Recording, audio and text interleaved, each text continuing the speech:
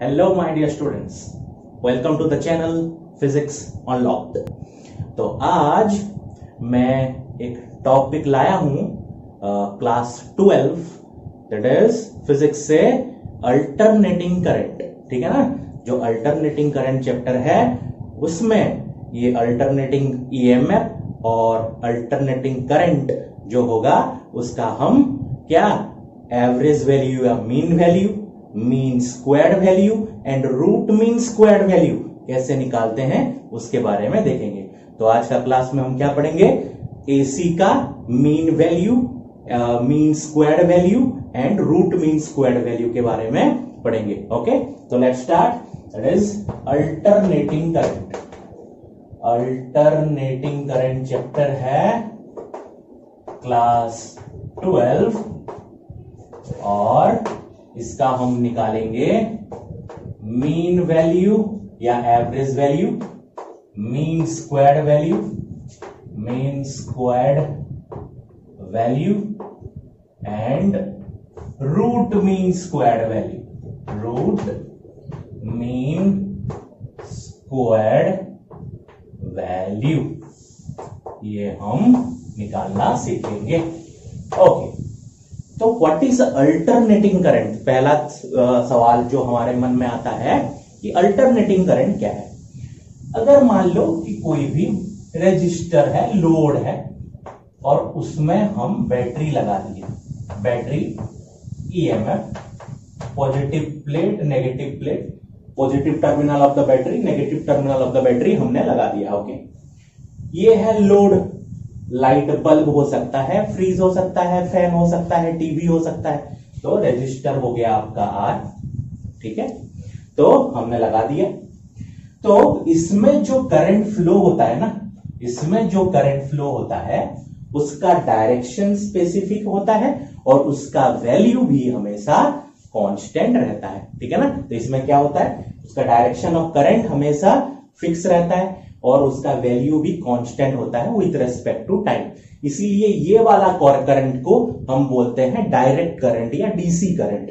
DC direct current हम बोलते हैं। लेकिन हमारे जो घर में जो सप्लाई आता है, ठीक है ना, उस करंट कैसे होता है, वो साइनोसॉइडल फंक्शन में रहता है।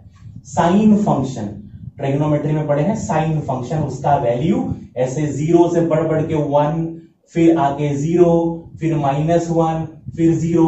इस तरह से अगर कोई करंट है जिसका magnitude with respect to time change हो रहा है, देखो उसका जो वैल्यू है, उसका वैल्यू जो है विद रेस्पेक्ट टू टाइम हमेशा चेंज आ रहा है और उसका जो डायरेक्शन है with A interval, with A definite interval के बाद उसका जो डायरेक्शन में भी देखो चेंजनेस आ रहा है।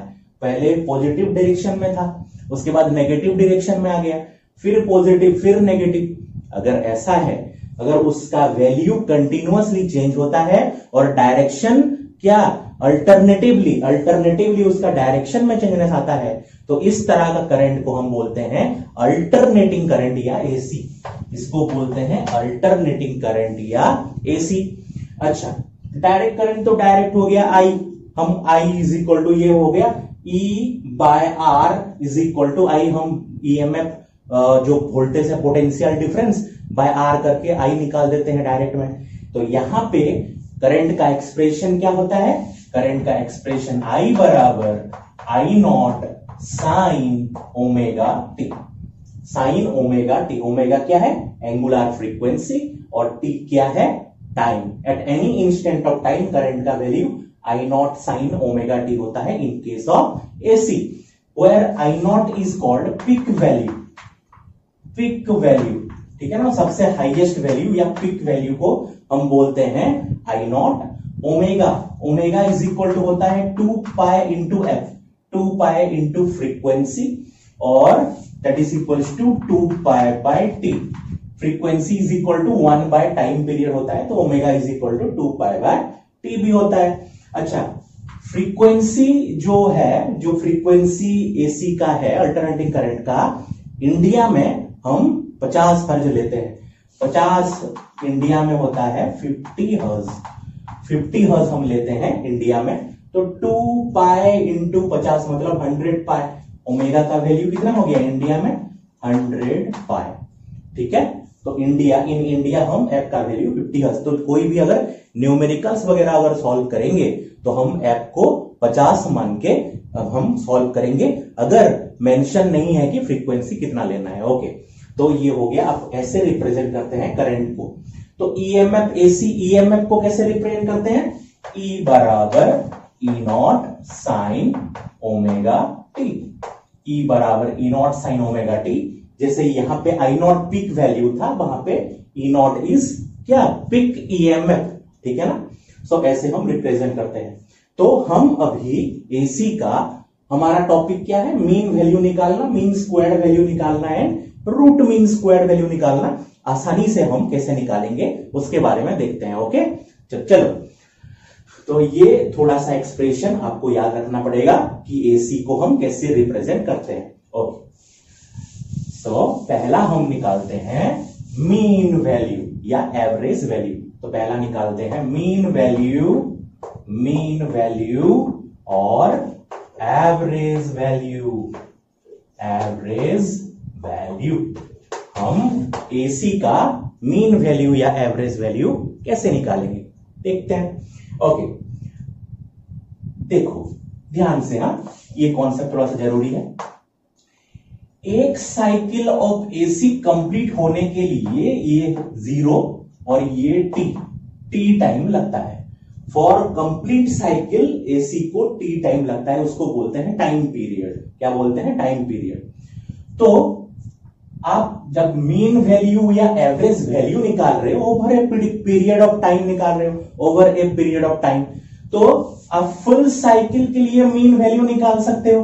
तो पहले हम फुल साइकिल के लिए मीन वैल्यू कितना होता है वो देखेंगे, उसके बाद हम एवरेज वैल्यू किसके लिए निकालेंगे वो थोड़ा सा हम देखेंगे। देखो ध्यान से, तो पहले हम निकालते हैं किसके लिए? फुल साइकिल के लिए। फॉर कंप्लीट साइकिल निकालते हैं एवरेज वैल्यू। एवरेज वैल्यू क्या होता है? मान लो कोई भी फंक्शन है ना, कोई भी फंक्शन है, तो उसका जैसे कि y इज इक्वल टू है एफ ऑफ टी। तो आपको ये ऐसे फंक्शन में y as a function of time दे रखा है। तो y का अगर आप एवरेज वैल्यू निकालते हो तो कैसे निकालते हो? That is integration of f of t for a complete period of time by f of t D T by integration of d t from 0 से t। ठीक है, आप ऐसे निकालते हो। अगर कोई भी फंक्शन है मैथमेटिक्स में तो उसका मीन वैल्यू निकालने के लिए इंटीग्रेशन ऑफ 0 से t F of t D T by integration of 0 से t dt निकालते हो। तो अपन का क्या है? I बराबर है I naught sine omega T है। I बराबर I naught sine omega T है। तो I as a function of time दे रखा है, जैसे कि Y बराबर फंक्शन ऑफ टाइम था, जैसे I बराबर फंक्शन ऑफ टाइम है। तो इसका अगर एवरेज वैल्यू या मीन वैल्यू निकालेंगे तो क्या आएगा? I एवरेज बराबर integration of I naught sine omega T D t from 0 से t bye integration of d t from 0 से t। Integration of function into D T by integration of d t from complete cycle for a complete cycle. ऐसे हम निकालते हैं। तो देखते हैं कि इसका वैल्यू कितना आएगा। देखते हैं तो इसका वैल्यू कितना आएगा, इंटीग्रेशन करके देखते हैं कितना आएगा। देखो आई नॉट तो पिक वैल्यू है, हाईएस्ट वैल्यू है, उसका वैल्यू तो चेंज होने वाला तो नहीं है, तो आई नॉट हम बाहर ले आ सकते हैं। दैट इज आई एवरेज बराबर आई नॉट आ गया बाहर, इंटीग्रेशन फ्रॉम 0 से t sine omega T D T by integration from 0 से t dt that is equals to sine omega T. Sine omega T का इंटीग्रेशन कितना होता है? Minus cos omega T by omega. Sine omega T का कितना होगा? Sine A T का minus cos A T by A होता है। तो उसी तरह से अगर पुट करेंगे तो कितना आ जाएगा? That is I naught into minus cos omega t upon omega, कहां से कहां तक? 0 से t and that is dt का integration t, that is t from 0 से t, that is equals to I naught, और यहां पे अच्छा चलो 1 बाय ओमेगा है, बाहर ले आए, माइनस साइन बाहर आ जाएगा, minus I naught by omega cos omega T. अच्छा ओके, देखो डायरेक्ट वैल्यू पुट करते हैं, minus I naught by omega हो गया, यहाँ पे कॉस ओमेगा, टी के जगह में एक बार कैपिटल टी, टी के जगह में एक बार कैपिटल टी, माइनस टी के जगह में एक बार जीरो, तो कॉस ऑफ जीरो ये आ गया, और बाय बाय बाय यहाँ पे t माइनस जीरो पुट करेंगे तो आ गया t, that is equals to minus I naught by omega t cos omega, omega का वैल्यू बताया था कितना 2 पाई बाय टी होता है, that is cos of 2 pi by T into t, minus cos of zero कितना होता है 1 होता है, सबको पता है, टी टी कट गया, cos of 2 pi, cos of 2 pi का वैल्यू कितना 1, कॉस ऑफ 2 पाई का वैल्यू 1 होता है, that is equals to minus I naught by omega t 1 minus 1, ये आ गया 1 माइनस 1, तो 1 माइनस 1 क्या होता है 0, तो आपका एवरेज वैल्यू हो गया 0। ठीक है, तो एक चीज यहां से जानने वाली है कि अगर फुल साइकिल में, पूरा कंप्लीट साइकिल के लिए अगर हम मीन वैल्यू निकालते हैं, साइन फंक्शन हो या कॉस फंक्शन हो, इसको याद करना, इसको थोड़ा सा ध्यान देना कि integration of sine omega T dt और integration of cos omega T dt over a full cycle बराबर होता है 0। ये थोड़ा सा आप याद करोगे तो जल्दी जल्दी आप कर सकते हो, एक्सप्रेशन जल्दी जल्दी प्रॉब्लम सॉल्व कर सकते हो। तो over A complete period of time, over A complete cycle, the average or mean value of sin function or cos function will be 0। तो यहां पे mean value for a complete cycle आ गया 0।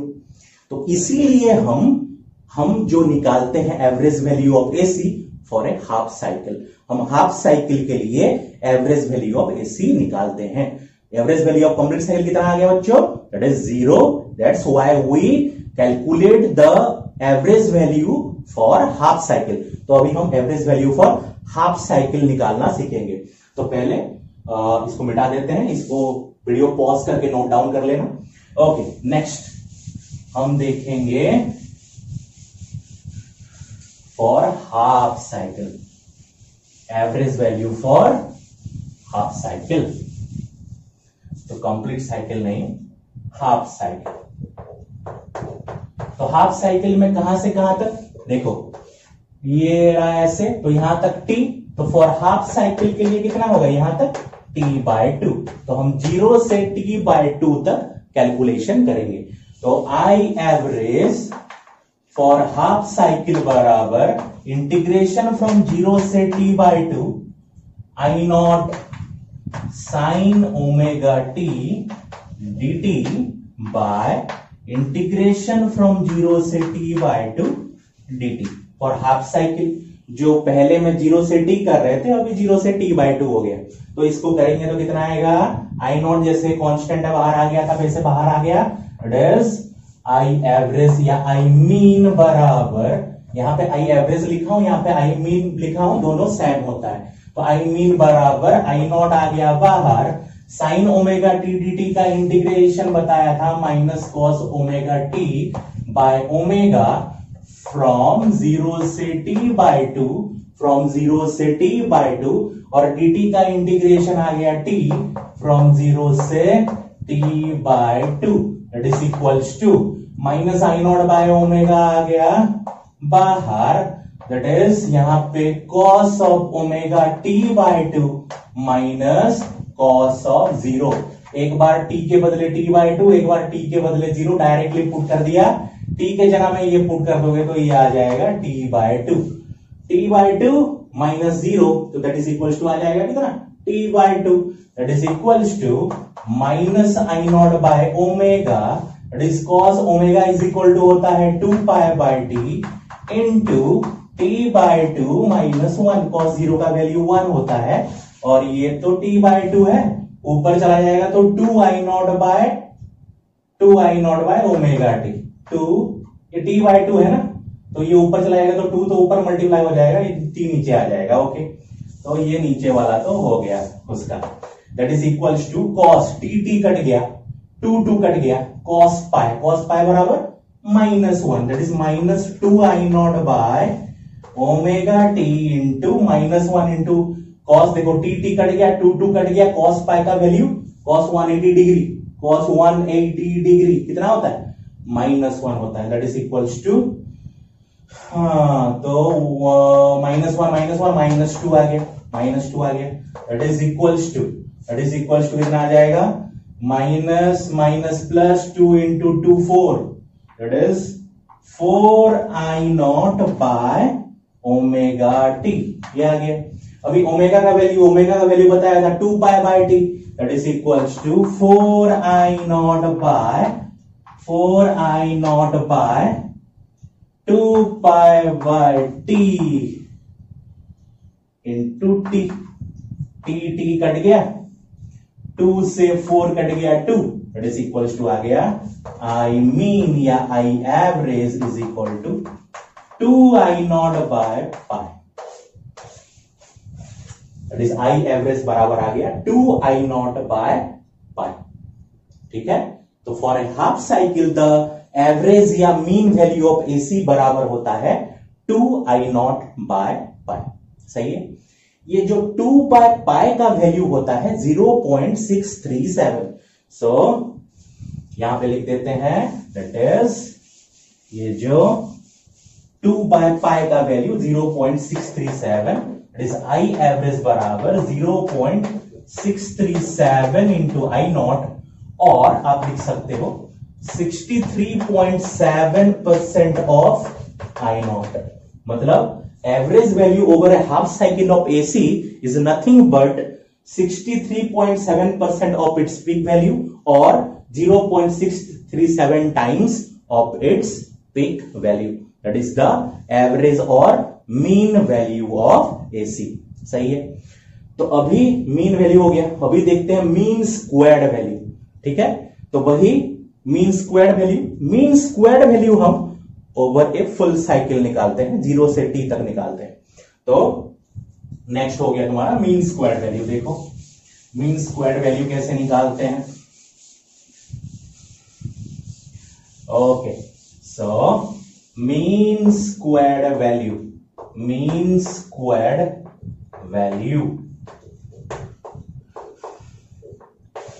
कैसे represent करते हैं, आई का current का square का mean squared value is equal to होता है इंटीग्रेशन ओवर 0 से t I square dt by integration of dt from 0 से t। जो फंक्शन है आई करंट, उसका स्क्वायर dt करके इंटीग्रेशन फ्रॉम 0 से t, और इधर dt का इंटीग्रेशन फ्रॉम 0 से t, हम ऐसे करके हम क्या निकालते हैं, मीन स्क्वायर्ड वैल्यू। आई बराबर आपको पता है, आई बराबर कितना है, i0 साइन ओमेगा टी, इसको पुट कर देते हैं यहां पे, तो कितना आ जाएगा, दैट इज इक्वल टू कितना आ जाएगा, इंटीग्रेशन फ्रॉम 0 से t, आई के बराबर ये पुट कर देंगे तो आई की जगह पे i0 square sine square omega T dt by integration of dt हो जाएगा, t डायरेक्ट लिख देते हैं t। सही है, दैट इज इक्वल्स टू i0 स्क्वायर कांस्टेंट है, पीक वैल्यू का स्क्वायर कांस्टेंट है, बाहर आ जाएगा, it is I square mean बराबर i0 स्क्वायर बाहर आ गया, i0 स्क्वायर बाहर आ गया, साइन स्क्वायर ओमेगा टी, अच्छा बाय टी को भी बाहर ले आओ, ये जो बाय टी है बाहर ले आओ, साइन स्क्वायर ओमेगा टी है, इसको और एक वैल्यू में हम लोग चेंज कर सकते हैं, इट इज इंटीग्रेशन ओवर 0 से t 1 minus cos 2 omega T by 2 into dt, sine square theta बराबर 1 minus cos 2 theta by 2, sine square theta is equal to 1 minus cos 2 theta by 2, उस form में इसको अपन change कर सकते हैं, that is equals to हो जाएगा i0 square by t, इसका अगर हम करेंगे तो कितना आएगा, इंटीग्रेशन ओवर 0 से t 1 by 2 dt minus integration 0 से t cos 2 omega t dt, ऐसे आ जाएगा। ये तो अपन का आई नॉट स्क्वायर बार था। ओके, तो ये आ गया। एक बार इसका इंटीग्रेशन, एक बार इसका इंटीग्रेशन करके देखते हैं कितना आएगा। It is equals to I not square by T, 1/2 बाहर आ गया, 1/2 बाहर आ गया, dt का इंटीग्रेशन t फ्रॉम 0 से t minus cos theta, cos 80 का integration sin 80/2, it is equals to sin 2 omega t by 2 omega, that is from 0 से t।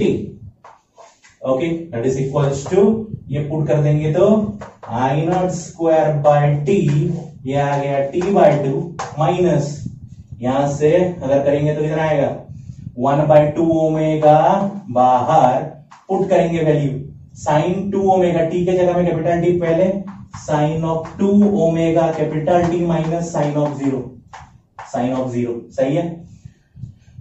Sign of T के जगह में 0 पुट करते हैं, साइन ऑफ 0 हो गया। दैट इज यहां पे वैल्यू पुट करते हैं फिर से, I not square by T, it is t/2 minus 1/2 omega sine of 2, sine of 2 omega की जगह में 2 pi T, 2 pi into T, और साइन 0 का वैल्यू तो 0 होता है, उसको छोड़ दो, टी कट गया, sine of 4 pi, sine of 4 pi, sine of pi 0, sine of 4 pi 0, तो ये टोटल टर्म तो हो गया 0 हो गया। दैट इज इक्वल्स टू कितना आ गया, दैट इज ये t और ये t भी कट जाएगा, ये टर्म तो 0 हो गया, तो ये वाला टर्म यहाँ पे मल्टीप्लाई हो जाएगा, तो t और t कट गया, तो कितना बचा आई नॉट स्क्वायर बाय 2, सही है। ये वाला वैल्यू आया कितना, आई नॉट स्क्वायर बाय 2, सही है ना, I not square by 2, that is the mean square value of AC, सही है। वीडियो पॉज करके आप कैसे कैलकुलेशन को आराम से उसको लिख सकते हैं, सही है। तो एक बार हमको मिल गया mean square value, that is equals to I not square by 2, तो हम लिख सकते हैं that is mean square value, mean square value बराबर हम लिख सकते हैं that is I square bar, that is mean square value बराबर आ गया आई नॉट स्क्वायर बाय 2। तो यहां से रूट मीन स्क्वायर वैल्यू निकालना बहुत आसान हो जाता है, it is root mean square, root mean square value is equal to mean square value का root over, that is I square bar का रूट ओवर, तो इसको बोलते हैं root mean square value, that is equals to कितना आएगा I not square by 2, that is under root of I not square by 2 बराबर I naught by root 2। तो RMS value, RMS value या effective value of AC, इसको effective value भी बोलते हैं, ठीक है ना, कंफ्यूज मत होना।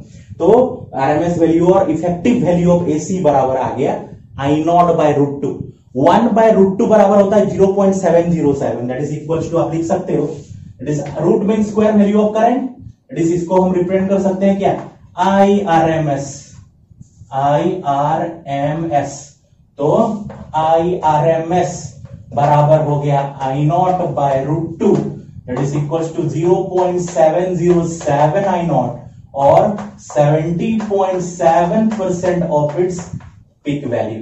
हम बोल सकते हैं रूट मीन स्क्वायर वैल्यू या इफेक्टिव वैल्यू क्या होता है, it is 70.7% of its peak value और 0.707 times the peak value of AC, ठीक है। तो ऐसे ईएमएफ का एवरेज वैल्यू और पीक वैल्यू क्या आएगा, that is E average is equal to आ जाएगा 2 ई नॉट बाय पाई, जैसे यहां का एवरेज वैल्यू मीन वैल्यू कितना आया था करंट का 2 आई नॉट बाय पाई, तो इसका 2 E naught by pi and E RMS बराबर कितना आ जाएगा, that is E naught by root 2, जैसे आई नॉट बाय रूट 2 आया वैसे ही ई नॉट बाय रूट 2, ठीक है। तो इस तरह से अपन एसी का अल्टरनेटिंग करंट का मीन वैल्यू या average value, mean squared value and root mean squared value निकालते हैं। तो कोई भी फंक्शन आया ना, उसका मैं जो तरीका बताया उसमें पुट करके आप mean squared value, root mean squared value and average value निकाल सकते हैं। अगर वीडियो में कोई भी डाउट आया तो कमेंट सेक्शन में जाके कमेंट दे सकते हो, और वीडियो को लाइक, शेयर एंड सब्सक्राइब करना मत भूलना। फिर मिलते हैं एक नया टॉपिक के साथ नेक्स्ट क्लास में। Thank you.